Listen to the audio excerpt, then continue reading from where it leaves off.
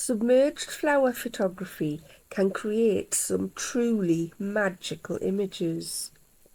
But there are a handful of mistakes that can quickly turn a beautiful setup into a frustrating mess of reflections, cloudy water, and hours of editing. Over the last few years, I've spent countless hours experimenting with tanks, flowers, inks, and lighting. And in this video, I'm sharing 7 mistakes I would avoid if I were starting all over again. Some of these mistakes cost me time or energy, and some cost me money. And one of them is the reason I receive messages almost every week from photographers asking how to fix reflections. Let's start with mistake number 1. Setting up outside. One piece of advice I occasionally see online is to set your tank up outdoors. Personally, unless you have a very shaded location where you can completely control the light, I wouldn't recommend it. Outside, light bounces everywhere. It reflects from walls, paving, windows, fences, garden furniture, and countless other surfaces, such as houses seen in this clip. All of that stray light can end up bouncing around the glass and water inside your tank. The result? Unwanted reflections of yourself, your camera, your tripod, and even nearby objects appearing in your final image. The goal is usually to create a clean photograph of the flowers and inks inside your tank, not a faint reflection of your head floating above them. In fact, reflections are probably the number one issue people contact me about, which is why avoiding outdoor setups is my first tip. This leads nicely into mistake number 2, using a round vase or a goldfish bowl. While it might seem like a simple alternative to a tank, you're creating a reflective surface that wraps around the subject from every angle. Instead of managing reflections on 1 or 2 flat surfaces, you're now battling reflections across 360 degrees of curved glass. Even in a controlled environment, this can become surprisingly difficult. Your camera, your tripod, your hands, and your lighting, even objects across the room, can suddenly appear in the image. A rectangular tank gives you much more control.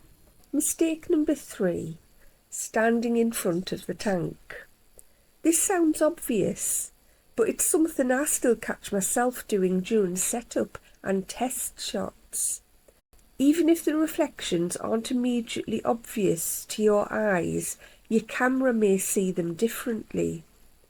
A hand reaching for the shutter button, light-coloured clothing, a bright face or light-coloured hair, all can appear as faint reflections in the glass. I see this in plenty of test shots this way.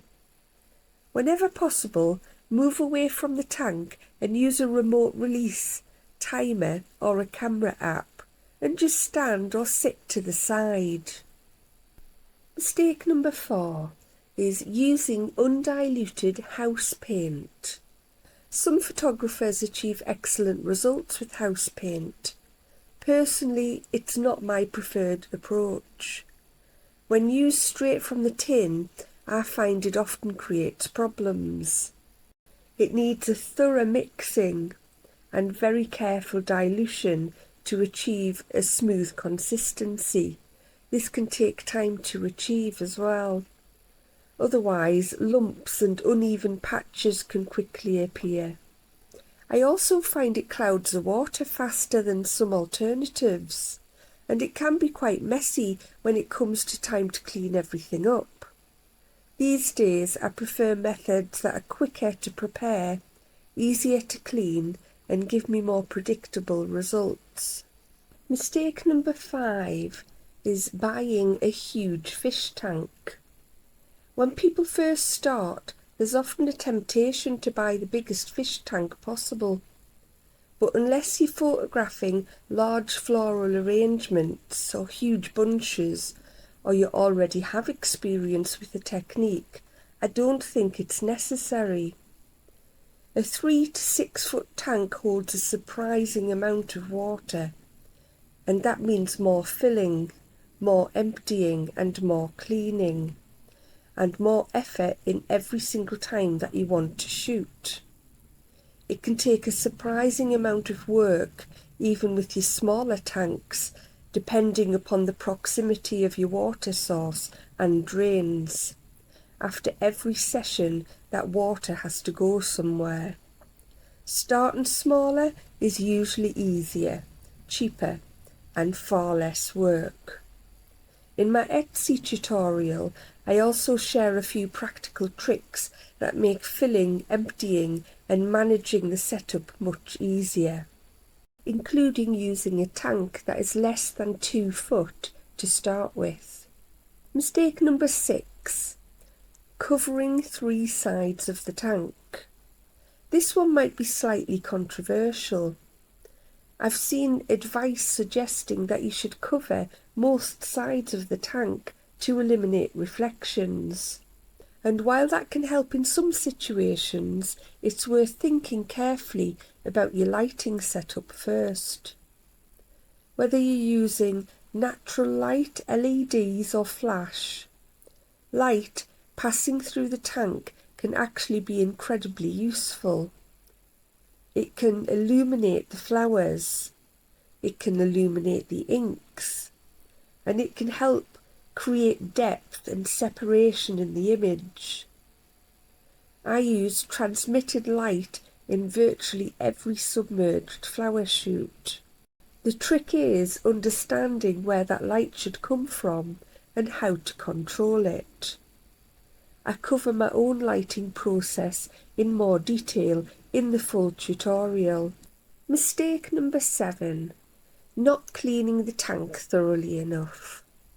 Finally, don't underestimate the importance of cleaning. After a shoot, it's tempting to empty the tank and just call it a day.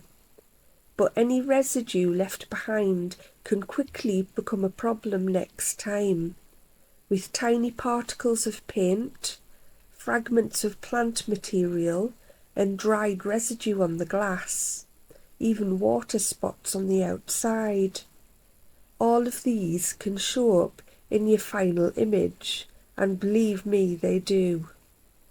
And while some can be removed during editing, it's far quicker to spend a few extra minutes cleaning properly than spending half an hour cloning blemishes later. Submerged flower photography is one of the most rewarding creative techniques that I've explored, but success always comes down to planning, preparation, and getting the small details right. If you're interested in learning the complete process, including the tank setup, lighting, backgrounds, materials, and my workflow from start to finish, I've put together a comprehensive tutorial which you can find via the Etsy link in the description. And if you've experimented with submerged flowers yourself, let me know in the comments what challenges you've encountered. I'd love to hear more about your experiences.